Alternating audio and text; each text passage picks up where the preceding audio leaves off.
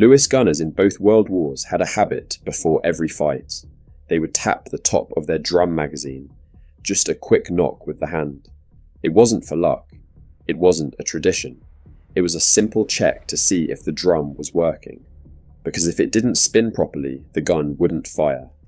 And a Lewis gunner without a working gun was one of the most exposed men on the battlefield. The Lewis gun was loved for many reasons. It fired fast, it cooled well, and it kept working when other guns struggled. But the big round drum on top, the part everyone recognizes, could also be the part that failed at the worst possible time. Unlike a normal box magazine, the Lewis drum didn't feed rounds straight down. It rotated like a wheel, using a built-in mechanism to move each bullet into place. It was smart engineering for the early 1900s, but it only took a small problem to stop the rotation. A weak spring, a bit of dirt, or a tiny misalignment could freeze the drum and shut the gun down instantly. This was terrifying in trench warfare. Mud got everywhere. A splash on top of the drum could seep inside. One grain of grit was enough to stop the rotor from turning. And when the drum stopped, the Lewis gunner stopped firing.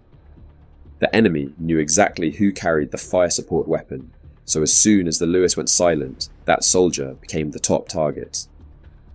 Gunners learned quickly, if your drum failed, your chances of surviving dropped fast. The drum also had another issue: weight. A full 97 round pan could weigh around 4 kilograms.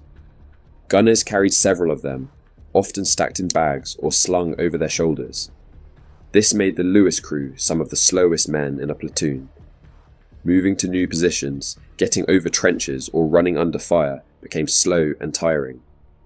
The gun was heavy by itself. The drums made it even worse. There was also a strange problem with the drum's spin. If it wasn't aligned perfectly, it could rotate unevenly and shake the gun off target after the first burst. Aircrews in World War I complained about the drum rattling at high altitude. In freezing conditions, it could even warp or crack, which meant the gun would jam immediately. This is why aircraft Lewis gunners always carried multiple drums ready to swap. No one trusted a single one to get through a full fight. By the time the Lewis was used in World War II, soldiers had learned a simple rule. Always check the drum before combat. That quick tap on the top wasn't fancy. It told the gunner whether the rounds inside were moving freely. If the drum felt stiff or the sound wasn't right, they replaced it straight away. That tiny check saved lives. But even with all these problems, the Lewis gun earned a reputation as one of the most effective early machine guns. When the drum worked properly, the gun delivered long, steady bursts that could pin down whole groups of enemy soldiers.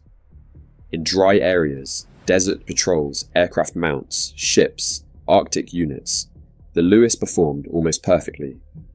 No mud, no trench water, fewer chances for the drum to clog. In those environments, the drum design gave the weapon a huge advantage. So why did Lewis gunners fear their own drum magazine? Because it was both the gun's greatest strength and its biggest weakness. It allowed for a high rate of fire with plenty of ammunition ready to go. But if anything went wrong with the drum, even something tiny, the whole weapon became useless.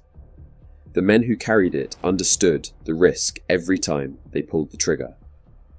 And that's why that simple tap on the drum mattered so much. It was a quick reminder that the part that made the Lewis powerful could also put the gunner in danger if it failed.